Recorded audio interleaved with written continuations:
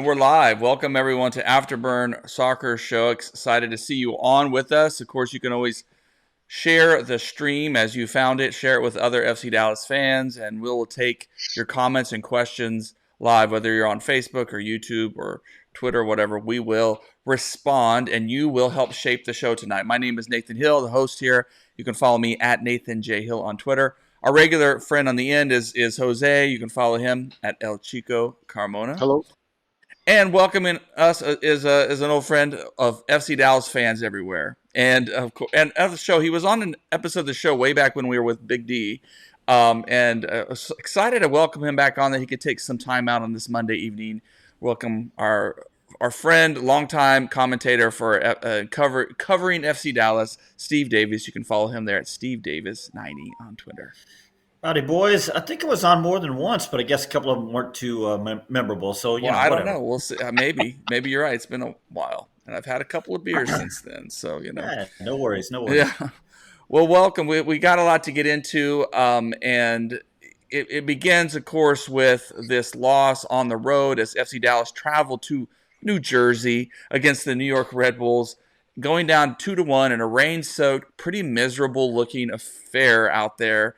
One of those grueling sort of matches. Jesus Ferreira, the positive, he found his opening goal of the 2024 campaign. It was good to see him get the start after some injury time out.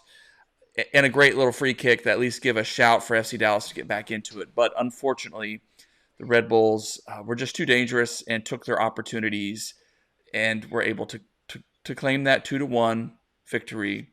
Their home opener for the season. Let's just start with just reactions from this match. I like, too, that we have a couple days to let it settle, and maybe some of the more intrusive thoughts are out of the picture, and we can look at things maybe a little more objective. So, Steve, what did you think about this match, from this performance from FC Dallas?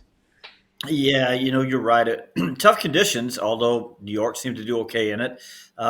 We had a little on a radio broadcast. We had a quick little debate about what's a worse condition. And for me, 32 degrees and rainy is just about the worst. Owen Newkirk said snow is worse. I thought, no, come on, rain is miserable when it's that cold. So, the game itself. Look, it wasn't a good performance. I think in some ways it might have been better than the Montreal home loss. Montreal, by the way, not a bad team at all. I think They proved that yesterday. I said that after I watched them do a number on Orlando at first, and then with the Dallas result. So that whatever that was a week ago. On the New York game, look, there's just a lot to talk about in terms of is it a really bad result? It's not a good one, but are there enough mitigating factors that maybe you hover your hand over the panic meter, but you don't start pounding it just yet? That's sort of that 35,000 foot view, and I know we'll get into the specifics then. Yeah, Jose, your thoughts from the match? I have to agree with everything Steve said, and a difficult place to play. I mean, I know we all were hoping for points or something, but Dallas has never won at New York Red Bull Arena, and the weather didn't help, and all the injuries just made it, poured more mystery on top. I mean, I like the lineup. They on paper it looked like a solid lineup, but everyone could see where the weaknesses were in that lineup. And so while I think most of us fans are upset for the loss, we shouldn't be surprised by it, in all honesty. And that's my opinion on that. Well, here, let's go ahead and jump to this clip from Nico, because I did see this got a little bit of chatter from folks hearing Nico's response and how the game played out. Well, and maybe before we do that, we can talk about the game state. Tumasi, was that a good call of a penalty on Tumasi? Steve, what? It wasn't the worst call I've ever seen. It wasn't the best call I've ever seen. I don't know that there was a lot there. Lewis Morgan is a clever player, and when he got in, okay, first of all, if you get inside position in that moment, okay, right there, you're playing with house money, right? So he got inside position, Ima up on his shoulder that gave Lewis Morgan the opportunity to go down. I don't know if it went down easy or if Emma Tomasi is that strong, but when you put your hand on the shoulder, you give the opportunity to make that call. Have I seen a lot worse inside the penalty area that wasn't called? Yeah, I have. But it's hard to find too much fault with it. Emma was put in a bad. Emma was in a bad position, literally, but he was asked to do something. We asked him on Friday at training, "Have you ever played right center back?" And he said, "No, I never have." Remember, I'm not defending him here. And sometimes people, I've got a buddy that says, "You love Emma Tomasi, you never criticize him," and that's not true. But remember, he was a wing back, converted to an outside back, and now asked to play a center back. It's difficult. So penalty kick, probably yes. Okay, Jose. Well, I agree with what Steve says, and at the same time, to exasperate the fact that Emma is not a center back. I mean, the wing back is Paul Areola, who's not really going to offer a lot of help on the defensive end, to help protect him. At least in my opinion. I mean, I'm sure Paul's okay defensively, but playing wing back, I would say that's not his strength. And you combine both of them on that side together, it's just tough. I mean, and as far as the penalty, even if you think it's a 50-50 call, it's in New York Red Bull Arena. It's very likely, that call is going to go against you on the road, and you shouldn't be surprised by it because at the end of the day, it looked like a legit penalty to some people, and enough for it to be called. And we all knew it. We all kind of groaned and said, "Oh, man," no one really argued it. It's one of those, the more you watch, especially in this era of video assisted review, that if the referee hadn't called it, I don't think they would have gone back and called the penalty. I think they would have said, "Oh, there's just not enough," But because he called it, I think they could go back and look and go, "Well, there was contact. He didn't make a gross and obvious, or whatever they call it, an obvious error." So Clear and yeah, obvious. it was one of those difficult realities that and of course and Emma was a little bit. Well, I think it's harsh for the second goal to blame it all on him.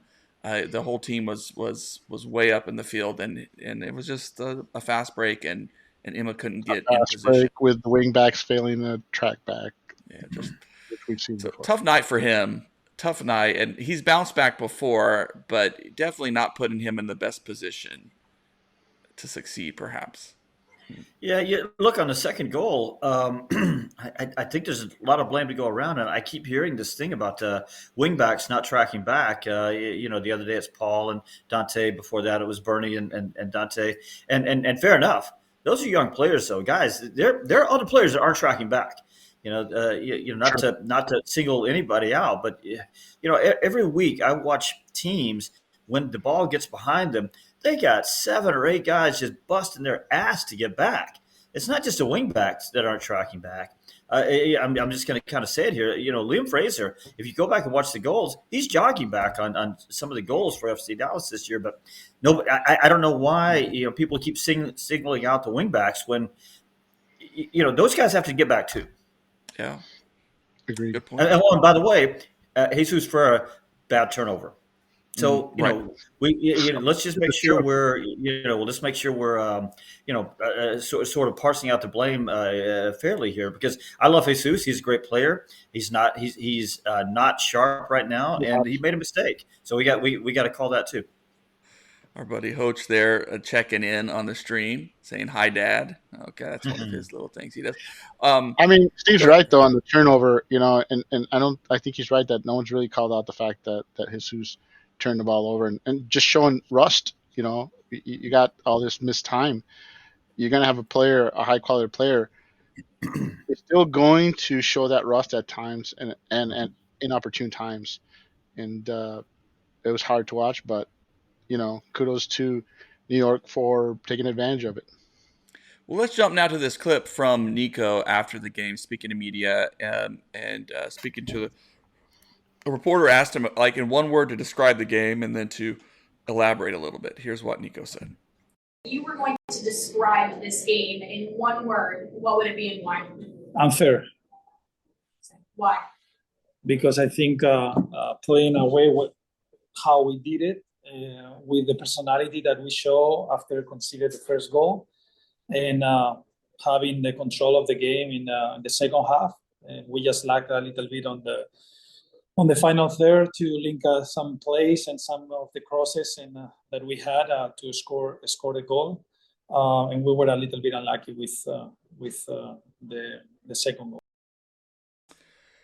Unfair, unlucky. Now, Steve, I know you've been to a lot of post-game calls. I've been to a number now in my short time reporting on following FC Dallas and stuff.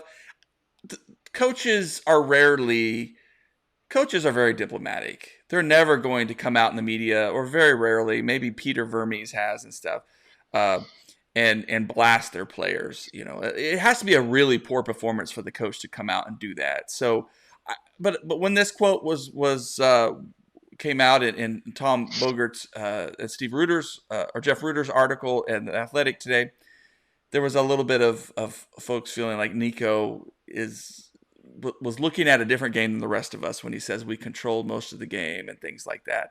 I saw a coach trying to help his team land softly, encourage his team when things didn't go their way. What was your take on that? Do you think that, the game was unfair for FC Dallas, or do you think Nico maybe had a little harsher words for the team after the match in the locker room? Yeah, somewhere in the middle, Nathan. I don't know that. Well, first of all, coaches walk a tricky balance, right? You know, as you said, you know what they say publicly might be different than what they say to the team, which might be different than what they then, like confide off the record. Nico's a smart guy. He knows when things aren't going well and when things are going well.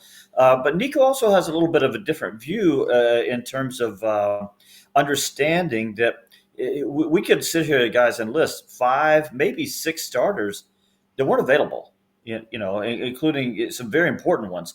So in Nico's view, what he saw was a team that's missing 5 or 6 starters, and he's thinking, hey, a couple of one 50-50 penalty call, notwithstanding, we walk out of there out of miserable place, miserable conditions, a place we've never won. We walk out of there with the point. And you would be hard pressed to argue that. Now, on the other hand, I think what happens is you go back to the Montreal game. If they'd won that game against Montreal, even drawn against Montreal, you'd have taken the New York game and sort of you could excuse it, you could dismiss it as a one-off. But I think when fans hear Nico say that the other day, understanding, well, it was a late win against San Jose, then a home loss against Montreal, and then they didn't look particularly great up there. That now he's moving things around, and it maybe. Maybe Nico could have read the room a little bit more there. But again, I go back to a long time ago, a coach of a really bad team. He was always coming out in the press saying things just like that. Oh, guys, we're right there. We did this, we did that. And, he pulled me aside later. He's like, no, guys, of course I see it. I know that we're struggling. But he's told me, but if I don't believe in them, who is going to? Mm-hmm. If I don't show them publicly, I believe in you, who is going to? Yeah. So you sort of run it through that filter as well. We got an interesting comment here from our buddy Hoch, and for you directly, Steve. And he said autocorrect messed it up. Did you get their El Matador scarf on the last game you worked? Does that? I did not. Was I supposed to? This is like they sent it up to the press box, but never got confirmation. So, somebody absconded with my scarf that I was supposed to get. I demand a full scale investigation of this. I will get to the bottom of this. We'll find out. Yeah. No, that's sweet. I'm sorry. I didn't get that. Yeah. Yeah. He also writes, so we're just upset because this formation is supposed to increase shots on goal, but it's been flat out of the gate. So alarm bells starting to ring for fans. And And to be fair, even in a 4-3-3 or whatever, what they had last season, there were plenty of flat starts as well. Sometimes it's like they'd have to get scored on to go, oh, hey, we have a game to play here, and it's a disappointing thing, but also a very mental thing. And I'm not sure what the solution is for this team other than having that vocal leadership like an Yeah. Ilara Mendy back on the pitch. What do you think? The solution is patience, because every season the offense is always the ones that get going last. It's easier to get your defense organized, but your attack, especially when you're shuffling in missing pieces who haven't really played much together, it's going to struggle, and it's going to keep continuing struggling. Yes, we have the talent, but that talent hasn't played together significantly enough to build any kind of rapport with each other, and that's going to hurt. And the defense needs to shore up and keep us within a goal for this team to have a chance, because I think we all agree that we'll have a very dangerous looking attack come midseason. But this early, with everybody still coming back from injuries, missing time, it's going to be a rough watch. A lot of stuttering, a lot of inconsistency, and it's going to take time for everyone to gel. And a lot of new guys. I mean, Kamungo, Sealy. I mean, this is a huge. There's going to be a learning curve with those guys as they continue to grow at this level.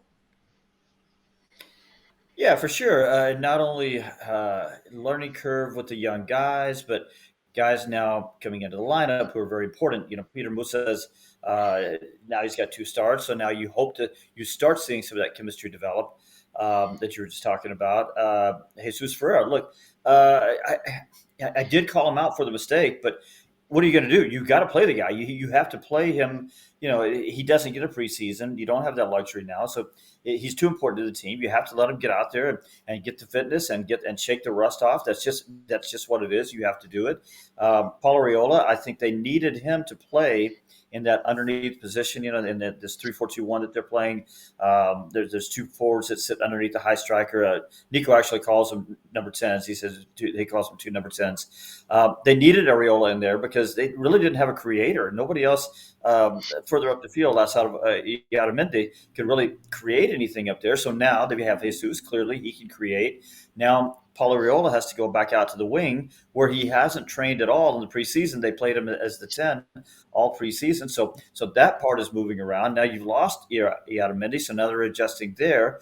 So, it's I'm really not making excuses, but you can sort of see some mitigating factors here. Now, I think a question you could fairly ask is, as they're doing all this, could they just be a little bit more pragmatic? Could they be a little more practical in the way they're doing things? Now, Nico wants to. He's committed to the system. By the way, the system is the one that Columbus uses. This is Cincinnati.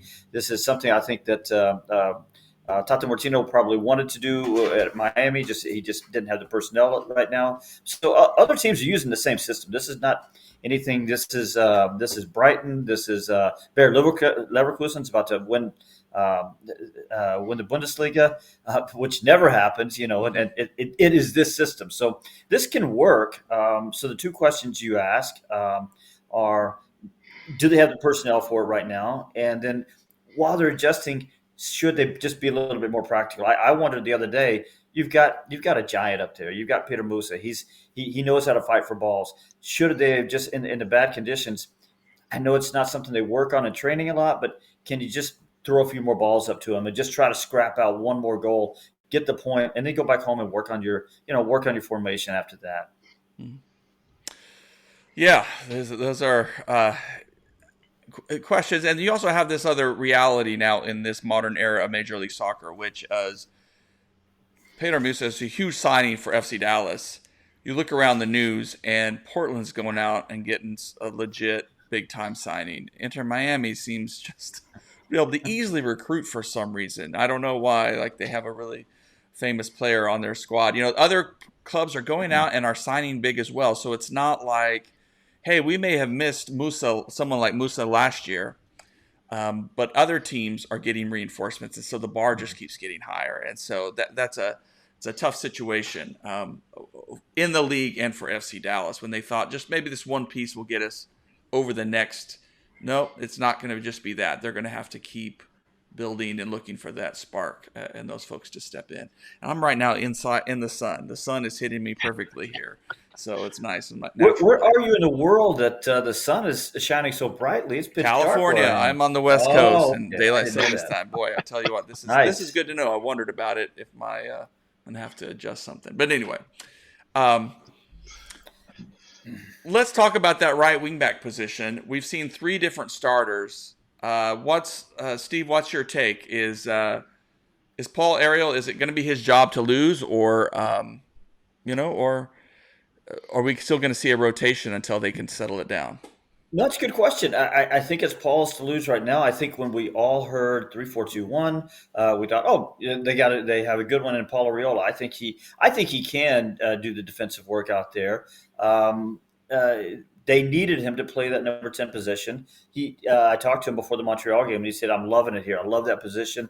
I can go back out to the wing if they need me to, but I love playing that." And then, sure enough, Jesus comes back in lineup and he goes right out to the wing. Well, just like I said a while ago, he hasn't had a match there all preseason. He was playing the other position, so I think it's fair to give him a mulligan. I don't think he was particularly good there the other day, but I think as a matter of fact, I think one of the reasons maybe he didn't really have an impact offensively. I think he was actually trying to stay back and help Emo over there on that side a little bit. And it's also a side that Liam Fraser plays, and Fraser's got his assets, but I don't know that he's terrific in terms of covering a lot of ground. So Paul's got a lot of defensive responsibilities, and to mention the fact that's exactly where Red Bull went. Forsberg, he usually plays left for them. The other day he tilted inside a lot more, but they had Lewis Morgan over there. Morgan's a good player. They got Tolkien over there. Tolkien's a good player. So between that triangle, man, there's a lot going on there. And if you saw the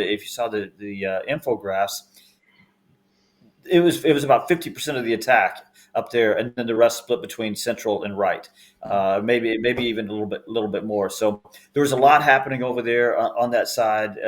Paul didn't really get up the wing a lot, but the other thing is in order for a wing back to get up the field, you got to establish a little bit more possession in midfield, and Dallas didn't really do a great job of that. So I don't really know, guys, if it's fair to judge Paul's abilities as a wingback in this formation off that one match.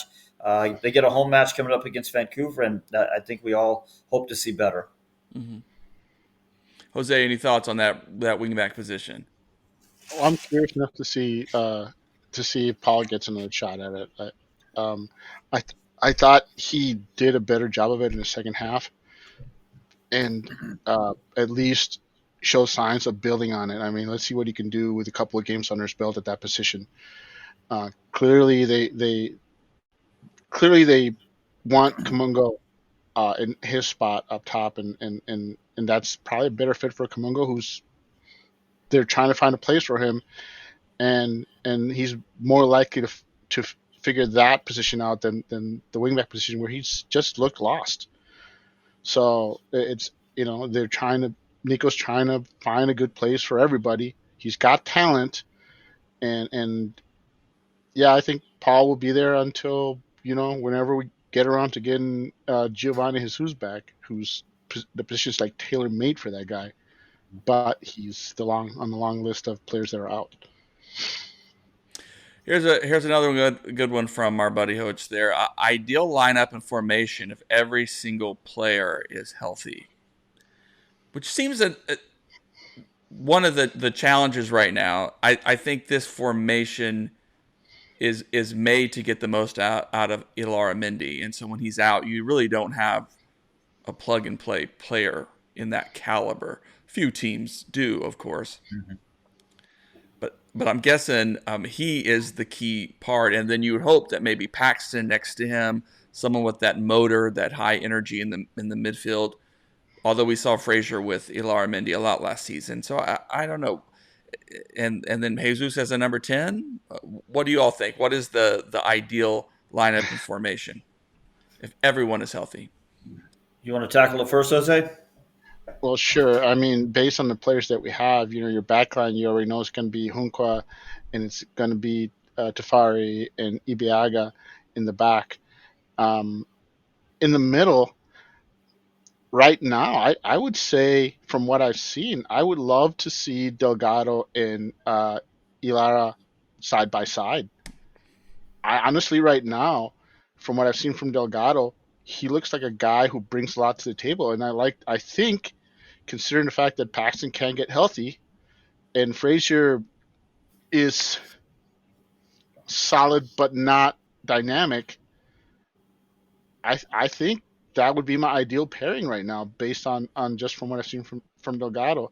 On the wings, I think you gotta give Dante time to settle in. He's still a kid. He's gonna have inconsistent performances. He's gonna have games where he looks like crap, but he's gonna have games where he performs. So he just needs time there. He's young. On the right side, of course, it's gonna be Giovanni Jesus, and on top, it's gonna be uh, Musa, Jesus, and Velasco. Those are the three guys that, if we ever get them up there together, should, in the second half of the season, cause complete nightmares for opposing defenses. But that's a long ways ahead. Well, I tell you what, I 100% agree about Delgado. I really like what I've seen so far. I can tell you that the coaches love him. Nico has talked to me about him before I ever saw him on the field, and then I see him on the field. And what he did the other day in terms of his ability to play forward quickly. Liam Fraser is a good player, but I think he has a little bit of a tendency to play safe. So his passes end up being lateral, just connecting passes. Whereas Patrickson Delgado came in, and maybe I'm being a little unfair there. Maybe his orders as he came in from the coaching staff was, you have to play forward. We're chasing the game now. But boy, he did. I mean, he comes in, he tackles. We know that. You see him for 10 minutes, you're like, hey, this guy loves to. He wants to go. He's a Carlos Grezzo starter kit. He wants to go tackle. And you remember with Grezzo, they had to tell him, yeah, you've already won the ball. You don't have to go win it again. And that's what Patrickson looks like to me. But then that Ajax training kicks in, and man, it's not a lateral pass. I mean, he's breaking lines and he's pinging balls, 30 and 40 yards forward. And all of a sudden, you saw Paul Arioli get up the field a little bit more. Well, why is that? Because Patrickson Delgado is willing to make that 30-yard pass, put him into a better position early, quick, without, before the defense has a chance to set up. And that's so valuable to a winger or a wing back. So I do really like that guy. Now, he's young. You ask him to come in as a starter. Right now, he's coming in. It's a little easier to come in at a game, and players are a little bit tired, and you've made some adjustments. So you ask him to start, and now you're expecting things. So it's a little bit more tricky than just that. But I sort of agree that if Paxton can't get back healthy really really quickly, and I just really hope he can. But if he can't, I want to see that same combo, because I think Patrickson Delgado, his 20-year-old legs, he can cover a lot of ground and keep Iadamendi from having to do so much running. Iadamendi covered more ground than anybody that first match, and he's got that in him. But if Patrickson Delgado can do that, do some of the dirty work, so that Iada is free just to do a little bit more of the deep line playmaking, I think that would set up really well. I just want to expand something a little bit further on Delgado starting. Knowing that Nico prefers to have a more stable midfield on the road, he would probably be rotating with Frazier starting road games and Delgado starting home games is I think is more realistic.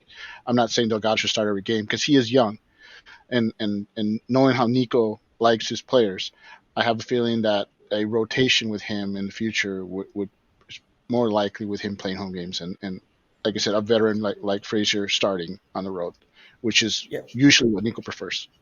Yeah, it's interesting. I don't know that I would necessarily see it that way. I think if you decide that Delgado is your guy, then you roll with him. And there's going to be, between Leagues Cup, Open Cup, there's going to be plenty of games to get to rotate players in. But I think if you decide Patrickson is your guy, then to be honest with you, I think Liam's a good player. I think Patrickson Delgado, what I've seen, he has a higher upside. So Agreed. Go ahead and get him in the lineup and get him going. But to your point, I think the rotation might be on the road. at the wingback position, maybe it looks a little different. Maybe on the road, you go with Marco Farfan over there, who's got a real If he's healthy. defensive mindset. What's that? If he's healthy. Yeah. Yeah, no. I would anticipate he's going to be. I talked to him at training the other day, and I sort of made a joke. I said, Marco, I pointed to the field with all the other players, and he was running on the side with Kocha. And I said, Marco, you told me you were going to be out there this week instead of over here with run on the side with us. And he said, Steve, I'm dying. I will be there next week. I will be in training next week. And Nico said the same thing. So that was last week. So in that case, next week is this week. And I don't know that we'll see him start, but I bet we'll see Marco get on the field this week. Well, it's a great conversation. I think here, as our friend Hoch says, does that mean, Jose, Paul doesn't start? But I think too, that's this dialogue right now, this kind of issue. Like, you got this formation, you've got a roster with more depth, even despite the injuries than this team has had in a long time. Quality depth, and so Sebastian Letjet, we know he's a quality player still. He can do some things. Clearly, his role is changing. He is not. He'll get some starts here and there, I'm sure, as he did last Saturday. But it seems like some of these guys are going to have to adjust their playing time, since if this thing's going to get right, or they're going to have to meet what Nico. Because for me, I would always say, I would love for Paul to win that starting wingback job and claim it. And then when Giovan Jesus is healthy, or whoever, that they have to fight for it. I mean, that's what a coach wants, right? So I think there'll be minutes for everybody. But Well, I just wanted to answer that and say Paul starts until Velasco and Giovanni Jesus get 100% healthy and in form. That's a long ways away. We're talking near the end of the season. Plenty of time for Paul to stake his claim on the starting spot and force the other players to beat him out. So no, you don't trade him away. But it is an interesting subject to point out that we have so many players playing out of position that at one point do you say, okay, maybe we should trade this player away and bring in a player that can play that position. That's like a mid-season conversation. I think Paul's going to give everyone a chance to earn their spots. But if, say, come mid-season, we're still don't have a wingback performing, and Giovanni Jesus is still not available, maybe you trade somebody that doesn't fit what you're trying to do. We have way too many midfielders right now, even though some aren't healthy. But once Paxton gets healthy, and you're gonna have Paxton, Leggett, you're gonna have Ilara, you're gonna have Frazier, you're gonna have Delgado and Siki. That's 6 midfielders for 2 spots. I wouldn't be shocked if someone gets traded for depth at other positions, namely center back or wing back. Well, good stuff. We're going to start to wrap up. Our last question of the night is just as FC Dallas prepares to welcome Vancouver, who is going to be a tough out. I don't know if there's a team other than Austin that looks like a struggling team that doesn't have some quality in all over the place. And Vancouver seems to have gotten stronger a bit. Still don't know if they're going to be what that means for them postseason time. But it's an important match. FC Dallas really needs these three points. As you said, folks are maybe that, Steve, that's the image. You're hovering over the panic button. You're starting to get a little uncomfortable, but not quite sure. Get a win this weekend. 6 points from the opening 4 matches. Hey, slower start to the season, but you can start to build something. So I think it's a very important match. What do you want to see this weekend, Steve, from FC Dallas? The team, the simplest thing is the team just has to play a little better than they did in the last home game. Where they just, again, I'll just tell you, I think Montreal really has something going. I think Laurent Courtois has something going up there. Kokoro, the striker, got a goal, his first goal the other day. Man, that guy, I think he's going to be terrific. I think they've got that midfield that they have. Anyway, so you sort of take that game and say, well, Dallas played a stinker. There was a tough team. You got Vancouver coming in. The problem with Vancouver is that Vancouver always seems to be the bogey team that comes in here that you think that's the team Dallas can really beat, and then somehow they pull the points out. They did it 2 or 3 years ago by scoring like the 98th minute, one of the latest goals in the history of the league. I think maybe that was just a tying game. So what needs to happen is they've got to have a few more offensive ideas. And while they're creating these offensive ideas, how Jesus and Peter Musa can play together, the thing that I will say, and I said this on a post-game show, is that this new system was created with more offense in mind, and that's fine. But there's a cost. There's going to be a cost to trying to add offense, and that is, we see it already. In 3 games, they've given up 5 goals. That's a lot higher rate than they have in the 2 years under Nico Estevez. So you ask what has to happen? They have to find ways. Excuse me, guys. They have to find ways to continue to create offensive, to find offensive ideas without suffering too much cost going the other way. And so far, they haven't really done a good job of either of that. They got to get the offensive ideas, but also have that rest defense. That was always what it was under Nico before. It was very structured back behind the ball so that if they lose the ball, they can defend or delay immediately. They've lost a little bit of that. So they just have to keep finding the balance in there. And I think they can find it. They just got to get a few more healthy bodies, and I think it'll be easier to find. Mm-hmm. Jose? I'm not looking forward to this match at all. Vancouver, people forget they were a playoff team last year, and they're off to a good start this year. I mean, yes, they had to settle for a draw at home against Charlotte, but they went to San Jose and walked out of there with 3 points, winning 2-0. They played like they always play against Dallas. They play that low block. You welcome you to have possession and try to hit you at the counter, and they go for the point on the road late, and they did that against San Jose. They scored 2 goals past the 74th minute, and in a game where they had 39% possession and only had like 8 shots on but 4 of them were on target. So that's going to be the game plan. They're going to come here. They're going to say, "Hey, Dallas, we dare you to break us down, and then we're going to hit you on the counter, and we only need to score 1 goal, and that should be enough for us to. We're solid enough defensively to keep you out of goal." And that's what the game plan is going to be. It's going to be a hard watch, and it's going to be Dallas being put to the test. You got to have to figure out how to break down Vancouver, and if you want to avoid allowing them to at least walk out of here with a point, because Vancouver will be more than happy to do that. They'll be happy to come here, stagnate everything, take their shots, and if they don't get them, they'll be happy to walk out of here with a 0-0 draw. Well, we'll leave it there. We appreciate everybody, all the Hoch, for all your comments, and everybody else watching. And of course, we will be posting the audio from this wherever you find podcasts. You can look up the Afterburn Soccer Show and subscribe and listen on the go wherever it is that life leads you. We also want to plug our Steve's Substack site with some excellent articles and commentary already. The Texas11.substack.com, and that's 11 is in the Roman numerals.